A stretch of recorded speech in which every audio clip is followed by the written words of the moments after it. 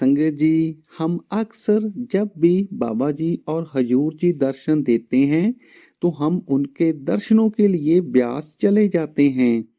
लेकिन हमें यह मालूम नहीं होता कि हम जब दर्शन कर लेते हैं तो उसके बाद क्या करना है, होना क्या चाहिए। हम जब भी बाबा जी और हजूर जी के दर्शन करें तो उनका स्वरूप हमारी आंखों में बस जाना चाहिए, ताजो हम जब भी भजन सिमरन पर बैठे तो उस स्वरूप को तीसरे तिल पर आसानी से टिकाया जा सके। लेकिन हम करते क्या हैं, दर्शनों के बाद हम पंडाल से उठते हैं और अपने अपने काम में लग जाते हैं।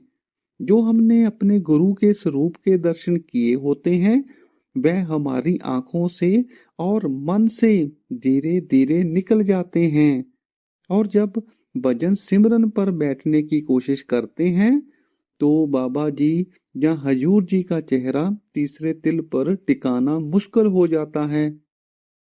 हम कोशिश तो करते हैं जो दर्शन के समय स्वरूप के दर्शन किए थे उनको तीसरे तिल पर लेकर आने की, लेकिन ऐसा होता नहीं, क्योंकि जो हमने दर्शनों के टाइम उनके स्वरूप के दर्शन किए थे वह हमारी आंखों से और मन से निकल चुके होते हैं। वह स्वरूप हमारी आंखों में टिक सके, हमारी आंखों में बस जाए, इसके लिए हमें 3 काम जरूरी करने होते हैं। हम जैसे जैसे इन 3 काम को दर्शनों के समय याद रखेंगे तो एक दिन ऐसा आएगा जब भी हम बाबा जी और हजूर जी के स्वरूप के दर्शन करेंगे तो वह स्वरूप को भजन सिमरन के वक्त तीसरे तिल पर आसानी से टिका सकते हैं। वह 3 काम कौन से हैं, उन पर चर्चा करने से पहले आपसे एक छोटी सी विनती है। अगर आपने अभी तक इस चैनल को सब्सक्राइब नहीं किया है तो चैनल को सब्सक्राइब जरूर कर दें, वीडियो को लाइक और हाइप जरूर कर दें और कमेंट बॉक्स में राधा स्वामी जरूर लिख दें। पहला काम, पहले तो हमें यह समझना होगा जब भी हमें सतगुरु के स्वरूप का सौभाग्य मिलता है वह दिन साधारण नहीं होता। वह दिन हमारी आत्मा के लिए एक विशेष अवसर लेकर आता है। इसलिए दर्शन के दिन का सही उपयोग करना अत्यंत आवश्यक है। केवल दर्शन कर लेना ही पर्याप्त नहीं है, बल्कि उस दिव्य अनुभूति को अपने भीतर स्थिर रखना भी उतना ही जरूरी है। दर्शनों के दिन पंडाल से बाहर निकलते ही कुछ समय भजन सिमरन को जरूर दें। दर्शन के दिन ही आप भजन सिमरन पर बैठें तो सबसे पहले अपने मन को शांत करें, शरीर को स्थिर रखें, सांसों को सामान्य होने दें और कुछ क्षणों के लिए अपने भीतर की ओर मुड़ जाएं। उसके बाद बिना किसी जोर या दबाव के उसी स्वरूप को तीसरे तिल पर रखने का प्रयास करें जिसे आपने दर्शन के समय अपनी आंखों में बसाया था। यहाँ एक बात विशेष रूप से ध्यान रखने योग्य है, यह अभ्यास किसी प्रकार की जबरदस्ती से नहीं होना चाहिए। मन को खींचना, आंखों पर दबाव डालना या किसी तरह का तनाव पैदा करना साधना में बाधा बन सकता है। यह मार्ग प्रेम का है, सहजता का है। इसलिए स्वरूप को तीसरे तिल पर लाने का प्रयास भी प्रेम से, निम्रता से और सहज भाव से होना चाहिए।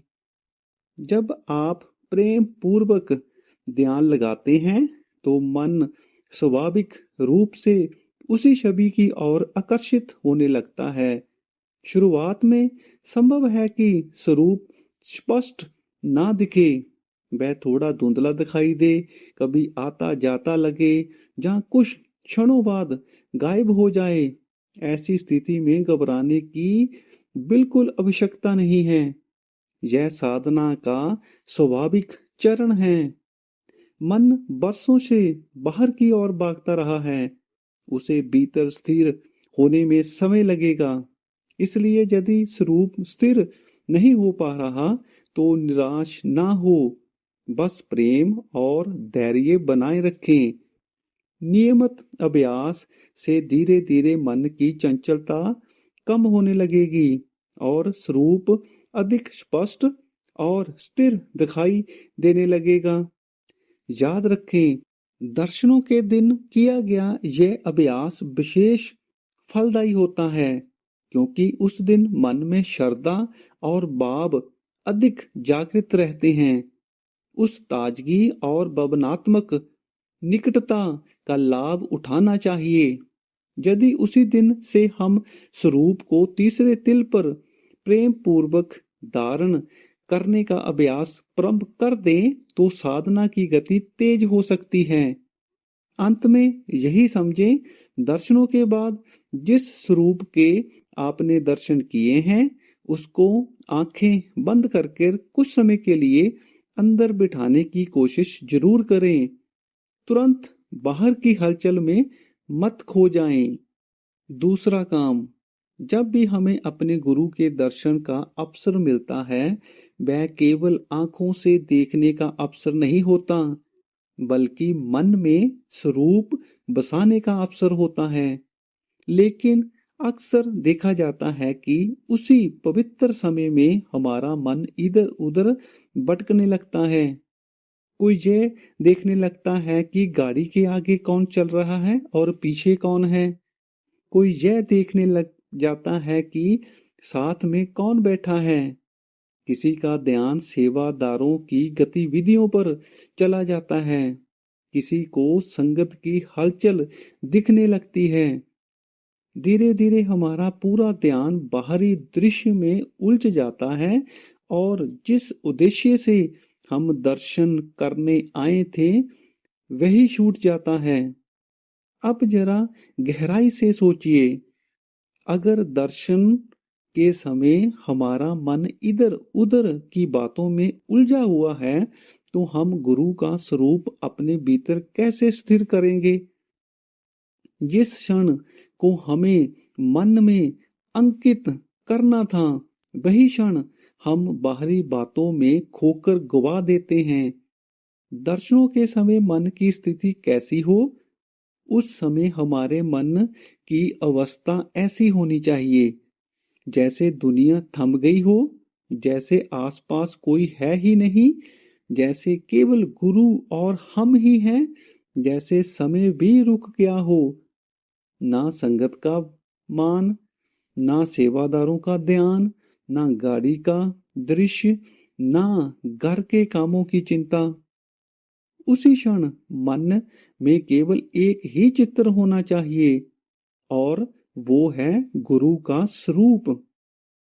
जब हम पूरे प्रेम और श्रद्धा से बिना किसी जिज्ञासा या बाहरी आकर्षण के अपने ध्यान को गुरु के स्वरूप पर टिकाते हैं, तब वही स्वरूप धीरे धीरे मन की गहराइयों में बसने लगता है। जब यह अभ्यास हर बार दर्शनों के दिन किया जाता है तो धीरे धीरे गुरु का स्वरूप मन में स्पष्ट होने लगता है। फिर जब हम भजन सिमरन पर बैठते हैं तो वही स्वरूप सहज ही तीसरे तिल पर उभर जाता है। अगर हम हर बार इस सहजता के साथ दर्शन करें तो समय के साथ मन की चंचलता घटने लगती है और गुरु का स्वरूप स्थिरता पाने लगेगा। यही दूसरा महत्वपूर्ण कदम है, बाहरी दृश्य से ध्यान हटाकर पूरे प्रेम से केवल गुरु पर ही टिकाना।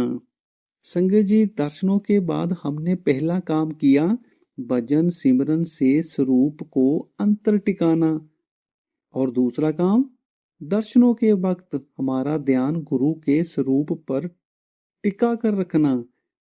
अब तीसरा काम, अक्सर क्या होता है, जब हम गुरु के दर्शन कर लेते हैं मन में गुरु का स्वरूप बैठ भी जाता है, लेकिन जैसे ही गुरु के दर्शन करने के बाद पंडाल से बाहर आते हैं, काम, परिवार, जिम्मेदारियां, फोन और बातें सब मिलकर उस स्वरूप को मन से निकालने लगते हैं।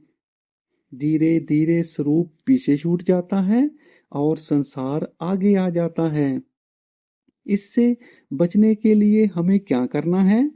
दिन भर अपने काम करते हुए भी भीतर हल्का सा स्मरण बनाए रखें। काम करते हुए भी मन में नाम की धारा धीमे धीमे चलती रहे। चलते समय, खाली बैठते समय, इंतजार करते समय गुरु के स्वरूप का ध्यान करते रहें। यह जरूरी नहीं गुरु के स्वरूप का ध्यान करने के लिए हमें आंखें बंद ही करनी है। हमने तो सिर्फ गुरु के स्वरूप को याद ही करना है। कठिन परिस्थितियों में पहले भीतर स्वरूप को याद करें, फिर प्रतिक्रिया दें। हमारे मन की स्थिति कैसी होनी चाहिए? काम हाथ करें, पर मन भीतर से गुरु के स्वरूप से जुड़ा रहे। जैसे कोई बच्चा भीड़ में भी माँ का हाथ पकड़े रखता है, वैसे ही हमें दिन भर उस स्वरूप का हाथ पकड़े रखना है।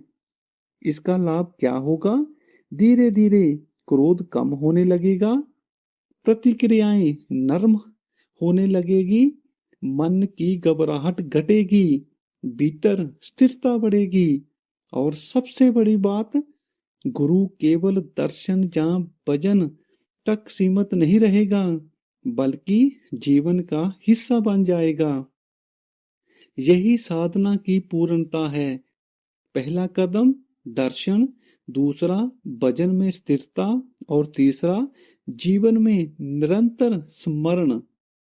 संगत जी, जिन कामों के बारे में हमने ऊपर बात की है, अगर हम इन्हें धीरे धीरे अपने आप में उतार लेते हैं तो एक दिन ऐसा आएगा हम भजन सिमरन के वक्त गुरु के स्वरूप को तीसरे तिल पर टिकाना आसान लगने लगेगा और यही हमारी जीत होगी।